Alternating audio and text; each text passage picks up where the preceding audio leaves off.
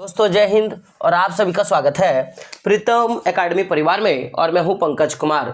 तो बात करते हैं कक्षा 12वीं के हिंदी कोर के कुछ इंपॉर्टेंट ऑब्जेक्टिव प्रश्नों पर। तो इससे पहले आप लोग देख सकते हो सब्जेक्टिव ऑब्जेक्टिव दोनों टाइप के क्वेश्चंस हम लोग करवा रहे हैं। तो जो भी पिछला वीडियो अगर आपने नहीं देखा तो उसको देख लेना, और अगर पिछले वीडियो से अगर आप इस वाले वीडियो को देख रहे हो तो आपके लिए बहुत अच्छी बात है, क्योंकि आप लगातार हमारी वीडियोस देख रहे हो। तो पहला प्रश्न क्या है आपका कि श्रम विभाजन और जाति प्रथा पाठ के लेखक कौन है। देखिए कुछ कुछ चीजें जो होती है ना वो टाइपिंग करते समय मिसप्रिंट हो जाती है, तो उस पर ध्यान मत दीजिएगा।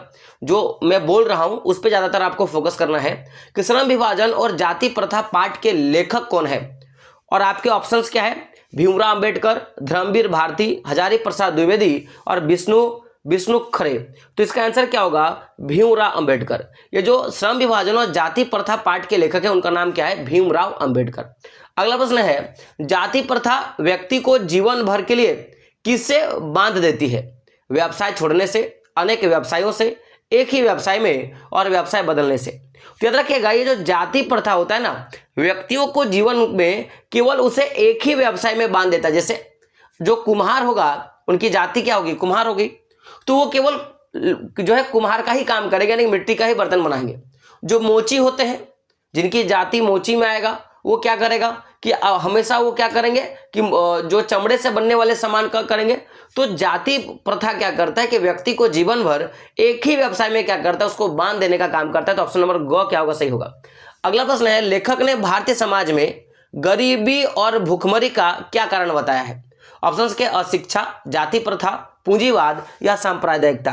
तो तीन का आंसर क्या होगा, ऑप्शन नंबर 2। जो भीमराव अंबेडकर है उनका मानना था कि समाज में जो गरीबी और जो भुखमरी है ना, कि लोग बहुत ज्यादा गरीब है, लोगों को खाने का नहीं मिल रहा है, तो वो जाति प्रथा कहीं ना कहीं कारण है। क्योंकि जो ऊपर तबके के लोग होते हैं उनको आप देखोगे उनके पास बहुत ज्यादा संसाधन है, उनके पास जीवन रहने से लेकर खाने पीने तक का, ऐशो आराम तक का जीवन है। और आप नीचे कास्ट वाले लोगों को देखोगे तो उनके पास सीमितता घट जाती है, क्योंकि जनरल कास्ट वालों की रहन सहन और जो एसटी एससी होता है उनका रहन सहन में काफी आपको अंतर देखने के लिए मिलेगा। जाति प्रथा का श्रम विभाजन किस प्रकार है, जाति प्रथा का श्रम विभाजन किस प्रकार है। तो ये किस प्रकार का एक विभाजन है, यही आपका प्रश्न है। तो देखिएगा ये अस्वाभाविक प्रकार का है, क्योंकि इसको हम लोग मान नहीं सकते, ये पॉसिबिलिटी नहीं है। क्योंकि ऐसे भी है ना कि बहुत सारे लोग जो है ब्राह्मण आते हैं लेकिन उनमें ब्राह्मण वाला गुण नहीं है, तो उसको ब्राह्मण नहीं ना बोलेंगे। लेकिन वो चूंकि ब्राह्मण कुल में जन्म ले लिया तो उसे ब्राह्मण बोलना पड़ता है, तो इसीलिए बोलेंगे अस्वाभाविक है। अगला है, जाति प्रथा से व्यक्ति को कौन सा पैसा मिलता है ना, कौन सा पैसा मिलता है, यानी पैसा माने काम करने का बात क्या है। तो जाति प्रथा से लोगों को जो है ना पैतृक पैसा मिलता है, यानी कि आपके जो पिताजी कर रहे थे, आपके दादाजी जो कर रहे थे, आप वही चीजें आप जो है कंटिन्यू करोगे। तो ऑप्शन नंबर 4 आपका क्या होगा, सही होगा। कुछ व्यक्तियों को दूसरे लोगों द्वारा निर्धारित व्यवहार और कर्तव्यों का पालन करने के लिए मजबूर करना क्या कहलाता है ना। अगर आप देखोगे कि कुछ लोगों को, कुछ व्यक्तियों को दूसरे लोगों द्वारा निर्धारित व्यवहार और जो है कर्तव्यों का पालन करने के लिए मजबूर करना क्या कहलाता है। तो ऑप्शन नंबर क्या होगा, क्या होगा, दासता। यानी कि आप किसी के प्रति क्या हो कि आप उसके दास हो, वो आपका मालिक है। ठीक है। अगला प्रश्न क्या आपका, लेखक समाज के सभी सदस्यों को कौन से अवसर प्रदान करने के पक्ष में है, कौन से अवसर प्रदान करने के पक्ष में है। तो वो मानते थे कि लोगों को ना समान अवसर मिले। तो ऑप्शन नंबर क क्या होगा आपका, सही हो जाएगा। चलिए बात करते हैं आगे। 8 नंबर का प्रश्न है आपका कि जाति प्रथा समाज में क्या पैदा करती है। जो जाति प्रथा है वो समाज में क्या करती है, तो उच्च नीच का जो है भेद या भाव जो है पैदा करने का काम करता है। तो 8 का आंसर क्या होगा, ऑप्शन नंबर 2 क्या होगा, सही होगा। अगला प्रश्न क्या है आपका कि आदर्श समाज का लाभ किसे प्राप्त है। अगर किसी समाज में अगर आदर्शता है तो समाज का लाभ जो है किसको प्राप्त है। देखिए अमीरों को, गरीबों को, है ना, और जो भी गरीब जाति के लोग होते हैं उनको। तो क्या होगा, ये सभी। ऑप्शन नंबर 4 क्या होगा, सही होगा। सभी लोगों को जो है आदर्श समाज का जो है लाभ प्राप्त है। अगला प्रश्न है, लेखक के अनुसार दासता का संबंध किससे नहीं है। लेखक के अनुसार दासता माने लोग जो है ना किसी के अंडर दास बन के काम करे, तो किसके पास नहीं है। तो समाज से, कानून से, शिक्षा से, अधन से। तो जो लोग शिक्षा से संबंधित रखते हैं वो कभी भी किसी का गुलाम नहीं बन सकता। यही आपका आंसर होगा। चलिए बात करते हैं आगे।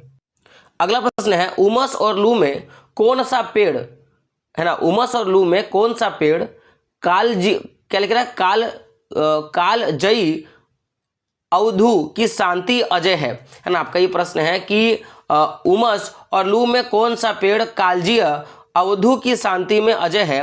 तो आंसर क्या होगा? गौ। क्या होगा? सीरीज। क्या होगा? सीरीज। अगला प्रश्न है, लेखक ने कवि बनने के लिए क्या बनना आवश्यक माना? लेखक जो है वो कवि बनने से पहले वो अपने आप को क्या बनाना चाहता था?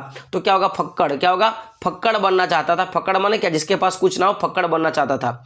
सीरीज की सबसे बड़ी विशेषता क्या है? सीरीज की सबसे बड़ी विशेषता क्या है? तो याद रखिएगा, इसकी जो दिव्यता है, क्या है? दिव्यता जो है इसकी सबसे जो है बड़ी विशेषता है। तो ऑप्शन नंबर क्या होगा आपका?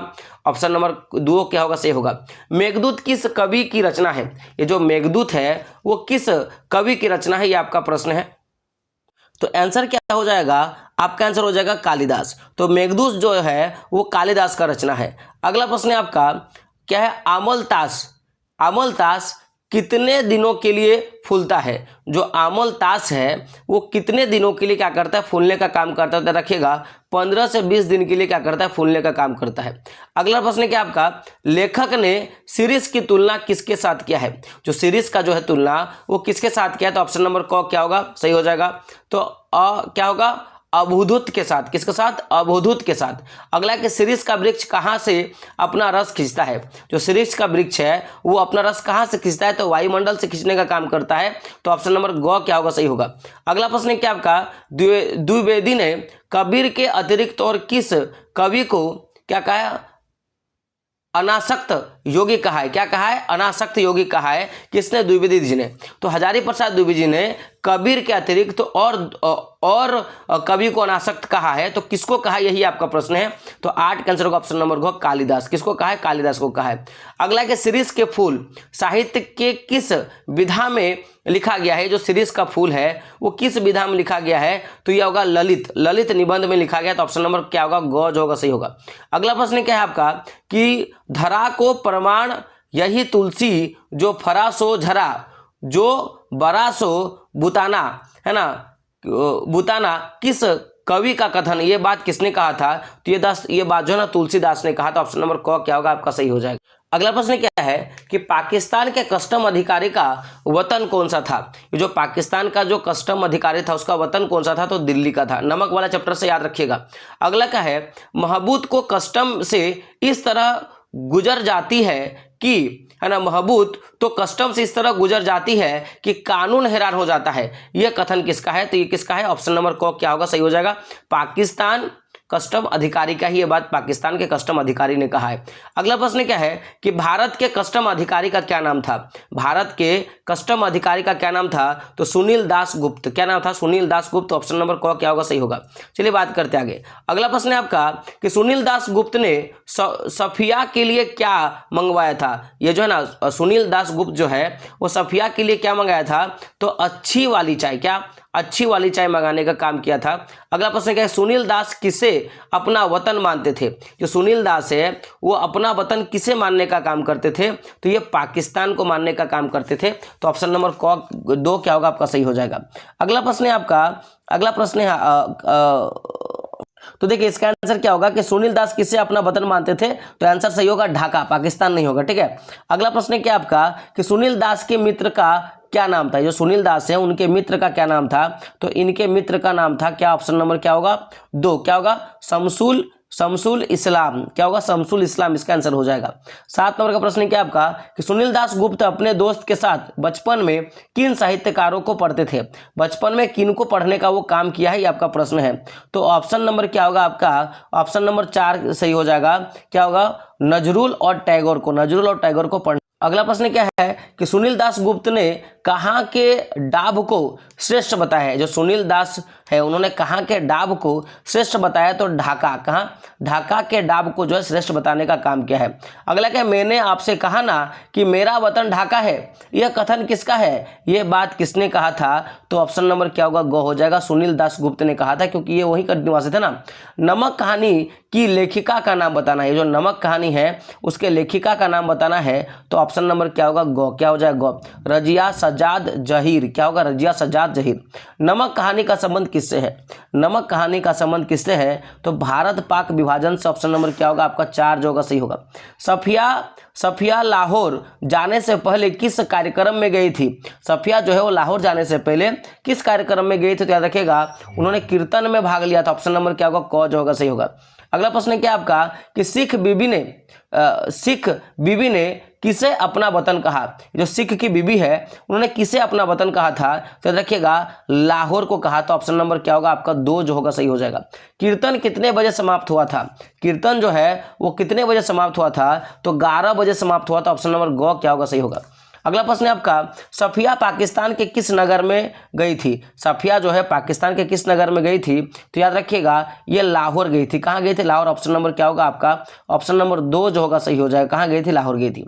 अगला है सिख बीबी ने सफिया से क्या तोहफा लाने के लिए कहा था? तो ऑप्शन नंबर क्या होगा? 2 क्या होगा? लाहौर का नमक लाने को कहा था। ऑप्शन नंबर 2 क्या होगा सही होगा। अगला क्या है सफिया लाहौर में किसके पास गई थी? तो याद रखिएगा अपने भाई के पास गई थी। ऑप्शन नंबर क्या होगा आपका? 4 जो होगा सही हो जाएगा।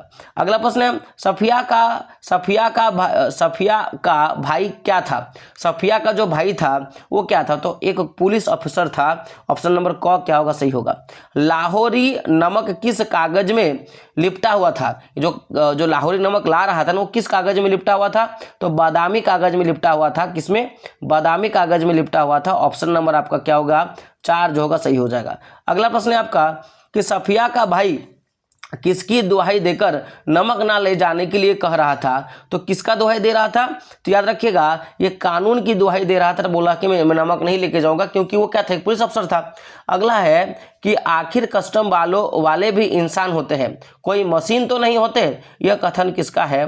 तो 21 का आंसर क्या हो जाएगा आपका? 2 सफिया का, क्योंकि सफिया ही बोल रहा था ना उसके भाई को कि मेरे लिए नमक ला दो। अगला प्रश्न क्या है आपका कि प्रश्न है कि आप आबिद ठहरिए और सभी आबिदों का दिमाग थोड़ा सा तो जरूर ही घुमा हुआ होता है। यहाँ आबिद शब्द किसके लिए प्रयोग हुआ है? एक वाक्य था कि आप आबिद ठहरिए और सभी आबिदों का दिमाग थोड़ा सा तो जरूर ही घुमा होता है। यह आबिद शब्द किसके लिए प्रयोग किया गया? ये आपका प्रश्न है। तो ये जो आबिद है ना ये साहित्यकारों के लिए प्रयोग किया गया। ऑप्शन नंबर ग क्या होगा सही होगा। सफिया ने टोकरी में कौन सा फल डाला था? जो सफिया है उन्होंने टोकरी में कौन सा? तो कीनू का। किसका? कीनू का फल डाला था। अगला है कि पहले सफिया ने नमक की पुड़िया को कहाँ रखा? सबसे पहले जब नमक आया तो उसकी जो पुड़िया है ना वो कहाँ रखा था? तो फूलों की टोकरी के तह पर, यानी जो नीचे वाला जगह होता है ना उसमें रखा था। अगला प्रश्न क्या आपका कि शहजाद अपनी रान चीरकर क्या छिपा लेता है? अपना रान चीरकर क्या छिपा लेता है? तो 25 का आंसर क्या होगा? ऑप्शन नंबर ग हीरा। क्या? हीरा जो है छिपा लेता है। अगला प्रश्न क्या आपका कि जिस कमरे में सफिया सो रही थी उसकी खिड़की के पास कौन सा दरखत लगा हुआ था? कौन सा दरखत लगा था? तो है ना चंपा का दरखत लगा था। तो ऑप्शन नंबर क क्या होगा आपका सही हो जाएगा। चलिए अब चार्ली चैपलिन वाले चैप्टर से कुछ प्रश्नों को देखते हैं कि चार्ली चैपलिन यानी हम सब के लेखक कौन है ना? चार्ली चैपलिन यानी हम सब के लेखक कौन है? तो ऑप्शन नंबर क्या होगा? 4 क्या होगा? विष्णु खरे। कौन है? विष्णु खरे है। अगला प्रश्न है लेखक के अनुसार चार्ली पर कितने वर्षों तक काम होगा? है ना उसका क्या माना था कि चार्ली जो है कितने वर्षों तक काम कर पाएगा? तो 50 वर्षों तक। ऑप्शन नंबर 2 क्या होगा सही होगा। चार्ली के फिल्म कौन कौन सी है? जो चार्ली के फिल्म है वो कौन कौन से? तो देखिए ये सभी जो है ना जैसे आप देखोगे यहाँ पे ध्यान से अगर आप देखोगे तो देखिए ये जो प्रश्न है आपका Metropolis, the Cabinet of Doctor Caligari, है ना द रोवेंसिल, ये सभी जो है ना चार्ली चैपलिन के जो है पिक्चर है। अगला प्रश्न चार्ली की पहली फिल्म कौन सी थी? चार्ली का जो पहला फिल्म था वो क्या था? तो देखिएगा मेकिंग ए लिविंग जो था इसका पहला जो है फिल्म था। अगला है कि चैपलिन के फिल्म के दर्शक कौन है? चैपलिन के फिल्म के दर्शक कौन है? तो रखिएगा पागल खाने के लोग, विकलांग मानसिक के लोग और महान प्रतिभा वाले लोग। तो सभी प्रकार के जो लोग हैं इनके दर्शक है। तो ऑप्शन नंबर क्या होगा आपका? 4 जो होगा से होगा। चार्ली ने कला के लिए क्या चुना था? चार्ली ने कला के लिए क्या चुना था? तो देखिएगा इनके पास भावना था। क्या था? भावना था। केवल भावना और मुंह के एक्सप्रेशन से ही वो फिल्म किया करते थे। इस घटना ने चार्ली को प्रभावना प्रधान बना दिया, है ना। इस घटना ने इस घटना ने चार्ली को प्रधान बना दिया। कौन सा घटना था? तो देखिए 7 का आंसर क्या होगा? ऑप्शन नंबर गो। क्या होगा? गो, यानी कि को और खो, यानी क्या? ईसाई की सूली पर चढ़ना और कसाई खाने से भागा भेड़, ये दोनों को देखकर जो है ना वो प्रभावपूर्ण बन गया। तो ऑप्शन नंबर गो क्या होगा? सही होगा। अगला प्रश्न क्या है आपका? अगले प्रश्न पे बात करेंगे। अगला प्रश्न है आपका 8 नंबर का प्रश्न है कि चार्ली से किसका साधित्र था, है ना? चार्ली से किसका जो है ना बहुत ज्यादा साधित्र था? तो गांधी से। किसका? गांधी से उसका बहुत ज्यादा दोस्ती था। अगला प्रश्न है आपका, अगला प्रश्न पे बात किए, देखिए इसका आंसर क्या होगा? कौन नहीं होगा, ऑप्शन नंबर होगा, ऑप्शन हो जाएगा गांधी और नेहरू दोनों होगा। तो ऑप्शन नंबर को और खो दोनों क्या होगा? इसका सही हो जाएगा। अगला प्रश्न क्या है आपका कि आवारा किसका शब्द अनुवाद है? आवारा जो है वो किसका शब्द अनुवाद है? तो याद रखिएगा दी ट्रम्प का जो है वो शब्द अनुवाद है। चार्ली के अभियान में किस रस का संयोग है? तो चार्ली का जो भी अभिनय है, चार्ली का जो भी अभिनय है उसमें किस रस का संयोग है, ये आपका प्रश्न है। तो चार्ली के द्वारा जितने भी आपके जो भी पिक्चर फिल्म बनाए गए उनमें सबका हास्य और करुणा, यानी कि लोगों को हंसाता भी है और लोगों को भावुक कराता है, ये सभी जो है चीज़ें दिखाई गई। तो ऑप्शन नंबर को क्या होगा? सही होगा। यानी कि चार्ली जब भी अभिनय करता था, यानी कि जब भी अपना फिल्म बनाता था, तो उसमें हास्य और जो है करुणा दोनों आपको देखने के लिए मिलेगा। अगला प्रश्न क्या है कि पहलवान की ढोलक पाठ के लेखक कौन है? या जो पहलवान का जो पाठ है उसका लेखक कौन है? तो फणीश्वर नाथ रेणु। कौन होगा? फणीश्वर नाथ रेणु। ऑप्शन नंबर गो क्या होगा? सही होगा। पहलवान का क्या नाम था? तो पहलवान का नाम था क्या? लुट्टन सिंह। देखिए कई बार प्रश्न पूछा गया है कि पहलवान का क्या नाम था? तो लुट्टन सिंह था। पहलवान के कितने बेटे थे? तो उसके 2 बेटे थे। कितने बेटे थे? 2 बेटे थे। शेर के बच्चे नाम से प्रसिद्ध पहलवान कौन था? शेर के बच्चे नाम से प्रसिद्ध पहलवान कौन था? तो चांद सिंह। कौन था? चांद सिंह। ऑप्शन नंबर क्या होगा आपका? 4 जो होगा सही होगा। चांद सिंह के गुरु का क्या नाम था? तो चांद सिंह के गुरु का नाम था बादल सिंह। क्या नाम था आपका? बादल सिंह। अगला क्या है? लुट्टन सिंह ने चांद सिंह पहलवान को कहां से दंगल में हराया था? तो ऑप्शन नंबर क्या होगा? गो। क्या होगा? श्यामनगर। तो श्यामनगर का जो अखाड़ा था, वो जहां पे दंगल हुआ था, वहां पे लुट्टन सिंह ने जो है हरा दिया था चांद सिंह को। अगला प्रश्न 7 नंबर का प्रश्न क्या आपका कि लुट्टन सिंह ने किस दूसरे नामी पहलवान को दंगल में हरा दिया था? किस दूसरे नाम वाला जो व्यक्ति था? तो क्या होगा आपका? ऑप्शन नंबर क्या होगा? 4, काला खां। किसको? काला खां को। कितने वर्ष तक पहलवान अजय रहा? कितने वर्ष तक जो है पहलवान वो अजय रहा था? तो रखिएगा 15 वर्ष तक जो है पहलवान अजय रहा था। अगला है फणीश्वर नाथ रेणु का जन्म कहाँ हुआ था? तो फणीश्वर नाथ रेणु का जो जन्म है वो कब हुआ था? प्रश्न क्या है उनका जन्म कब हुआ था? तो याद रखिए अगर मैं इनका जन्म का बात करूं तो क्या होगा? ऑप्शन नंबर क्या होगा आपका? ऑप्शन नंबर आपका जो है आपका ऑप्शन, देखिए इनका जन्म का बात किया जाए ना तो ऑप्शन नंबर 4 क्या होगा? सही हो जाएगा। 1921 में जो है इनका जन्म हुआ था। अगला प्रश्न क्या है कि फणीश्वर नाथ रेणु का मृत्यु कब हुआ था? तो 1977। क्या हो जाएगा? ऑप्शन नंबर आपका क्या होगा? ग जो होगा सही होगा कि फणीश्वर नाथ रेणु का जो मृत्यु है 1977 में हुआ था। तो इस तरह से जितने भी आपके लिए इंपॉर्टेंट प्रश्न बन सकते थे मैंने आपको बनाया, और लगभग 2 से 3 वीडियो आपका आएगा ऑब्जेक्टिव का, जिसमें आपके सारे के सारे ऑब्जेक्टिव खत्म हो जाएंगे। और बीच बीच में आप देख रहे हो कि आपका सब्जेक्टिव भी आ रहा है, जिससे आपका सब्जेक्टिव भी क्या होगा? खत्म हो जाएगा। तो उम्मीद करता हूं कि वीडियो आपको पसंद आ रहा होगा। साथ ही साथ चैनल को सब्सक्राइब कर लीजिएगा और अपने दोस्तों तक वीडियो को शेयर कर लीजिएगा, ताकि आपके बोर्ड एग्जाम तक जो है ना अच्छे ढंग से तैयारी हम लोग यहाँ से करवा पाए। मिलते दोस्तों अगले एक वीडियो में, तब तक के लिए जय हिंद, जय भारत और आपका दिन शुभ हो।